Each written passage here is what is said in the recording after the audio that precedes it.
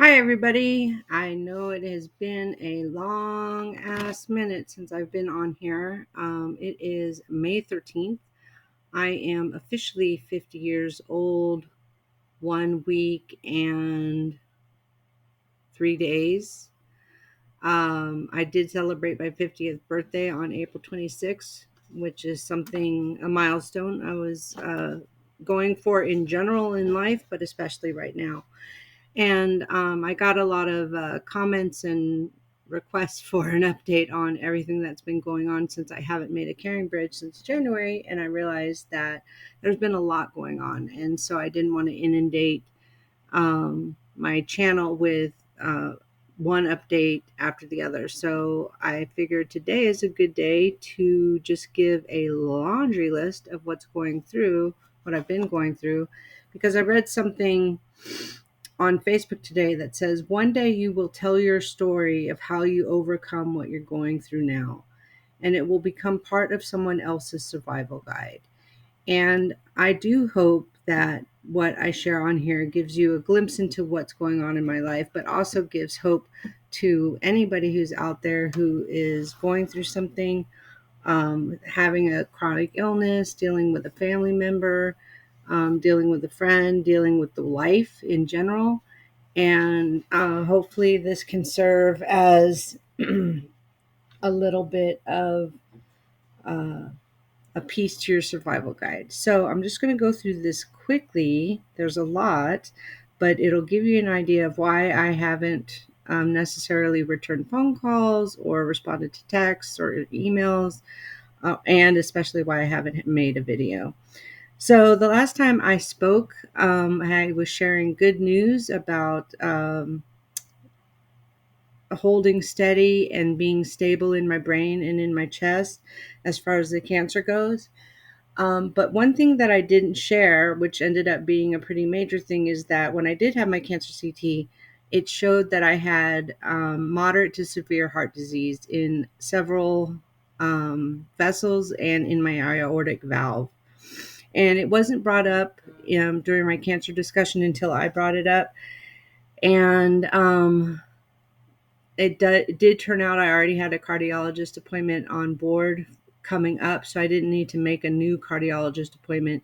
But that did result in some further care later down the road, which I'll share.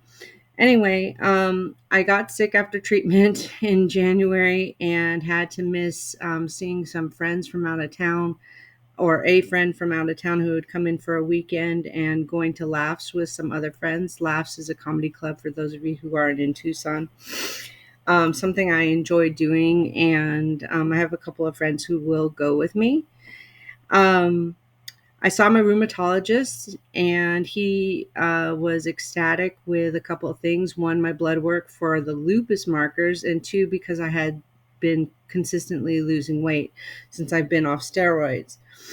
So he said to keep on keeping on. In February, my chemo was canceled for February 13th. I have chemo every 3 weeks, and it was canceled because of blood work.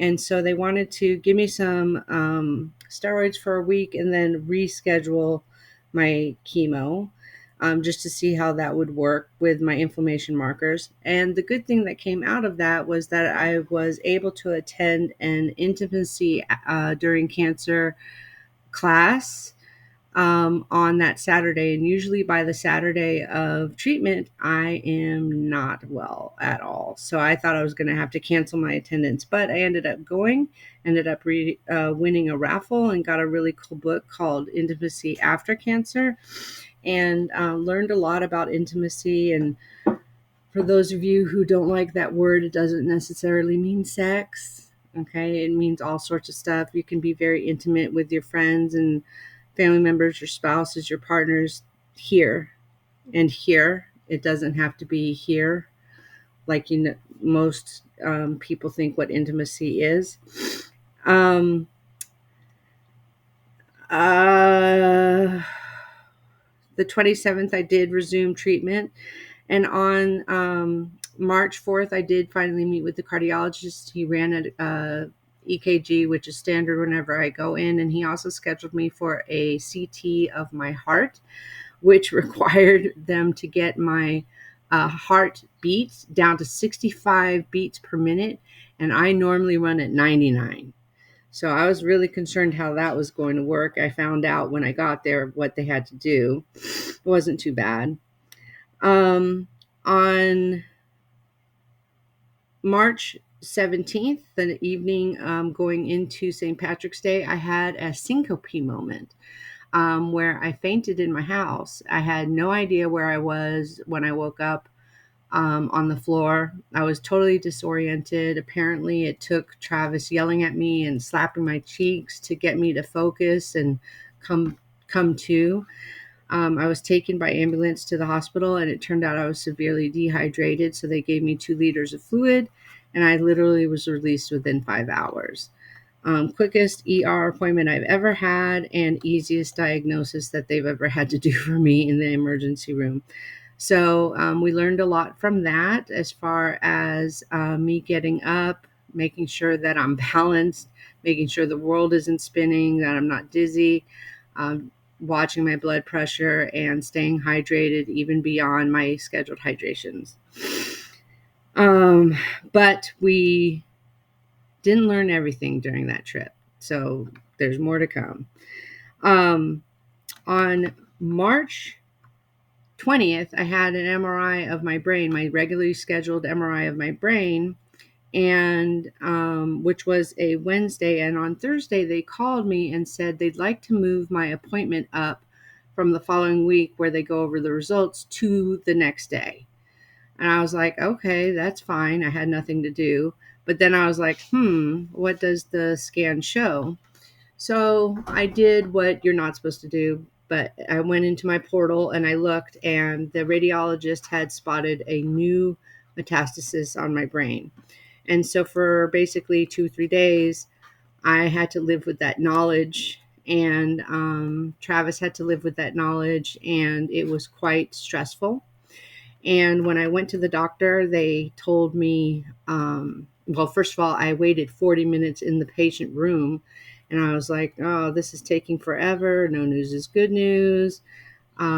He's either going to come in here and tell me, yes, it's a new metastasis and we're going to keep an eye on it, or yes, this is a new metastasis, we're going to start radiation next week, and that's why they moved my appointment up. Those are the only two options I thought would happen.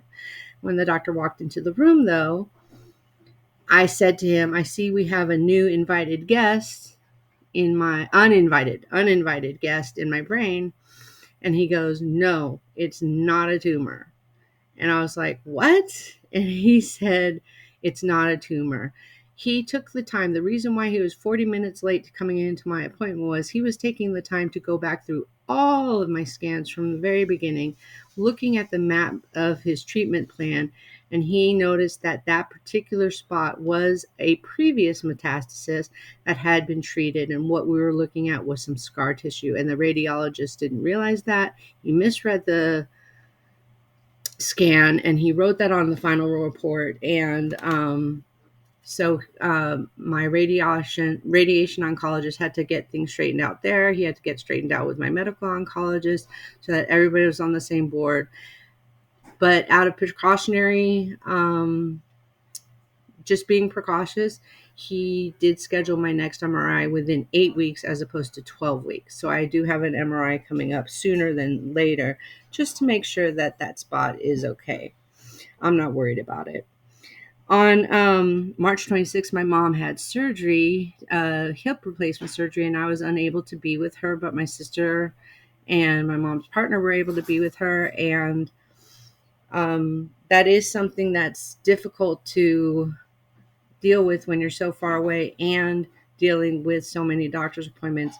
I have to take care of myself first before I can help take care of anybody else. My mom totally understood. Her surgery went A-okay, and she is been on the long road to recovery for over 6 weeks and is doing great. So I'm very, very grateful for that. And I'm very grateful to my sister and my brother-in-law for keeping her safe in an environment where she didn't have to climb stairs for 3-4 weeks and keeping her fed and keeping her occupied. They had a good time. On 4/1, my treatment was canceled due to blood work showing some problems with my liver and other inflammation markers, so I was canceled. On 4/2, I did have that cardiac CT, and they gave me medicine to slow down my heart rate, and then they also had to give me a nitroglycerin pill under my tongue to further slow down my heart rate. But my heart rate got to where they could do the CT, so that's good. And nitroglycerin doesn't taste good. You have to put it under your tongue, and it does not taste good, and it makes you feel weird. But anyway, I'll come back to what the results of that were in a second.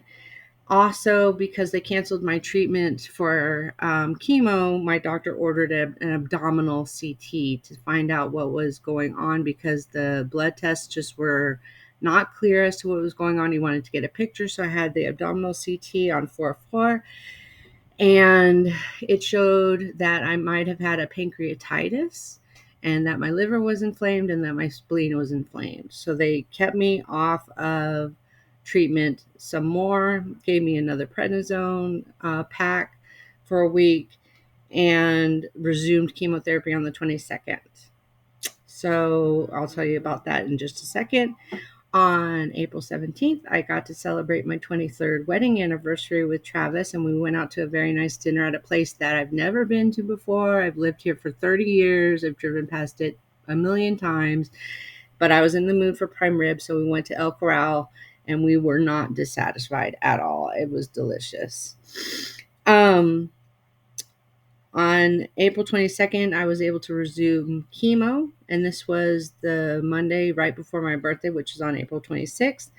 And I became very, very ill on the 25th. Very, very ill with really bad side effects, which had also happened in my phone's ringing. Hang on.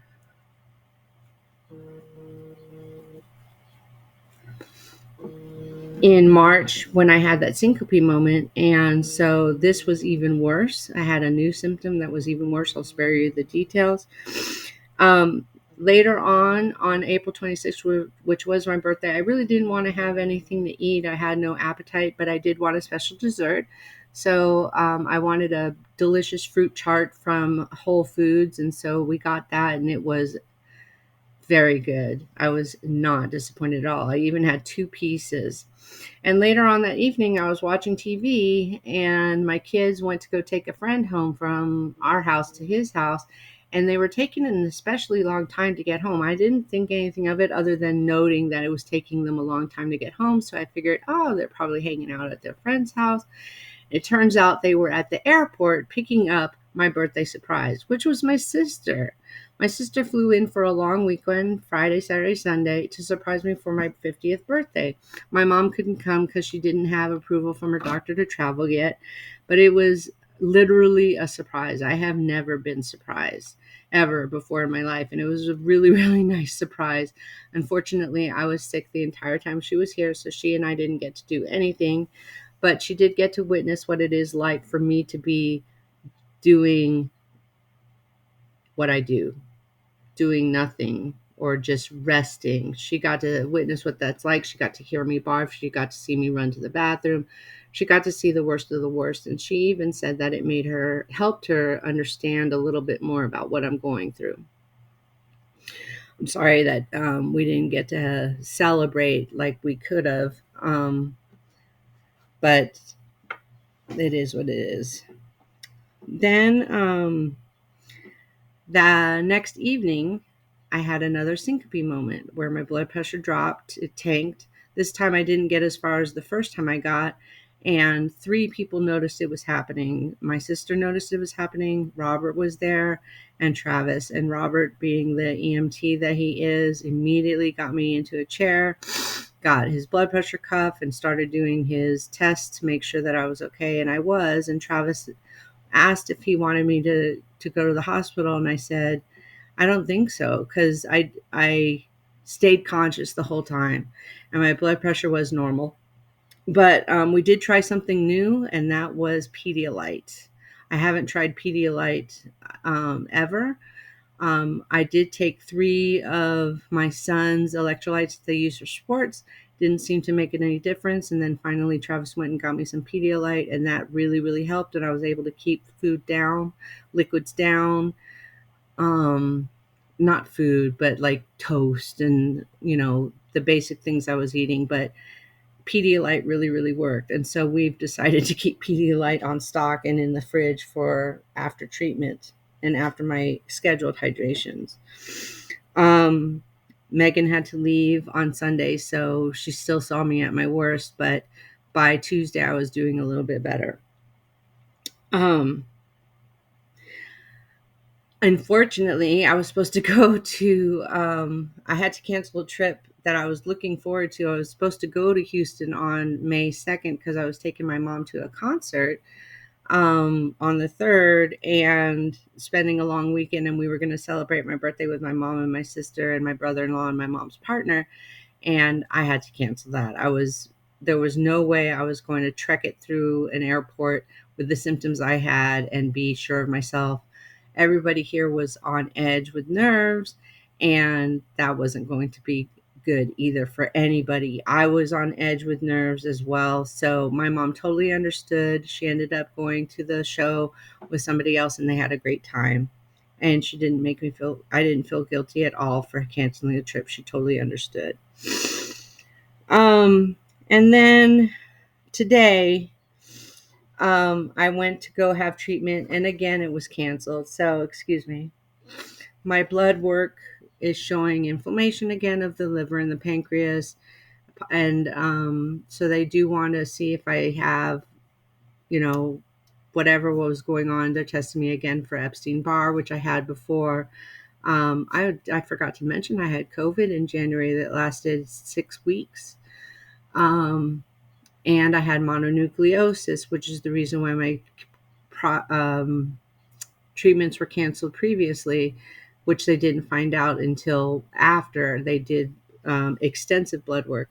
So they drew 10 vials of blood today, hopefully doing more extensive blood work than they normally do to find out what's causing my inflammation markers to be raised. And I have to be put on hold again for at least another 3 weeks. So that's where we're at. Long story long. Um, but I feel good. I feel fine. I have a decreased appetite, and I have lost weight. Um, but that's because I have a decreased appetite, not for any other reason. And just to let you know, things that help me are spending time with Travis. He takes me to every single appointment that I have.